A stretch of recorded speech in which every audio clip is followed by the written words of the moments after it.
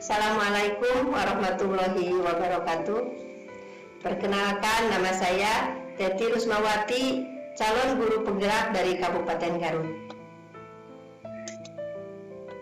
Demonstrasi konseptual pemikiran filosofis Ki Hajar Dewantara, di mana filosofis Ki Hajar Dewantara yang pertama yaitu Ingarsa Sung Tulodo, yang artinya dari depan seorang pendidik harus memberikan teladan yang baik.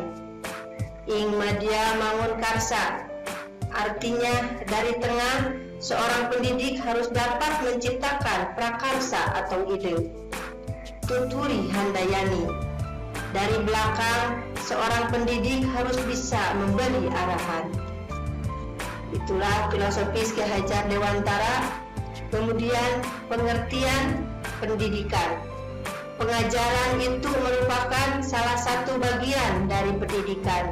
Maksudnya, pengajaran itu tidak lain adalah pendidikan dengan cara memberi ilmu atau berfaedah buat hidup anak-anak, baik lahir maupun batin. Pendidikan memberi tuntunan terhadap segala kekuatan kodrat yang dimiliki anak agar ia mampu mencapai keselamatan dan kebahagiaan yang setinggi-tingginya, baik sebagai seorang manusia maupun sebagai anggota masyarakat.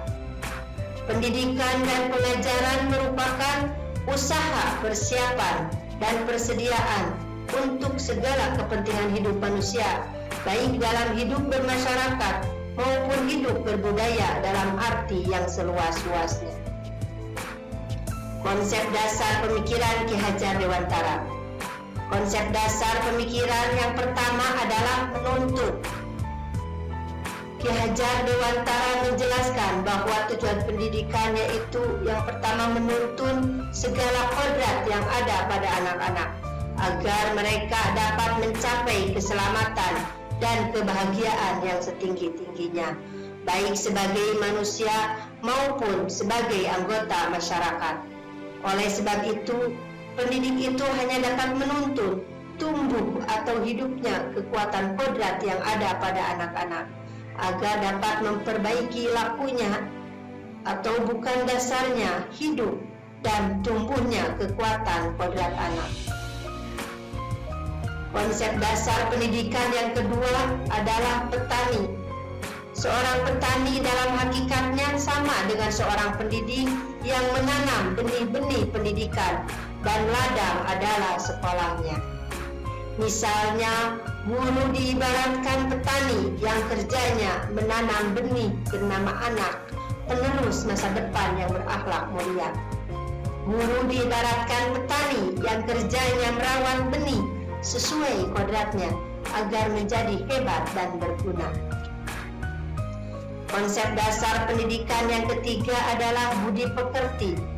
Menurut Ki Hajar Dewantara, budi pekerti atau watak atau karakter merupakan perpaduan antara gerak pikiran, perasaan dan kehendak atau kemauan sehingga menimbulkan tenaga. Baik, budi pekerti juga dapat diartikan sebagai perpaduan antara cipta atau kognitif, karsa atau afektif sehingga menciptakan karya psikomotor. Sedih merupakan perpaduan harmonis antara cipta dan karsa, demikian pula bahagia. Konsep dasar pendidikan yang keempat adalah bermain. Bermain adalah kodrat anak. Permainan anak dapat dijadikan kegiatan pembelajaran di sekolah. Konsep dasar pendidikan yang kelima adalah menghamba pada anak, yang artinya berorientasi pada anak, bebas dari segala ikatan, dengan suci hati mendekati sang anak, bukan untuk meminta suatu hak, melainkan untuk berhamba pada sang anak. Kemudian relevansi pemikiran Ki Hajar Dewantara dengan pendidikan lokal yaitu kodrat alam dan kodrat zaman, di mana menurut Ki Hajar Dewantara menjelaskan bahwa dasar pendidikan anak berhubungan dengan kodrat alam dan kodrat zaman, Kodrat alam berkaitan dengan sifat dan bentuk lingkungan di mana anak berada, sedangkan kodrat zaman berkaitan dengan isi dan irama. Dalam melakukan pembaharuan yang terpadu, hendaknya selalu diingat bahwa segala kepentingan anak-anak didik, baik mengenai hidup diri pribadinya maupun kehidupan kemasyarakatannya, jangan sampai meninggalkan segala kepentingan yang berhubungan dengan kodrat keadaan, baik pada alam maupun zaman.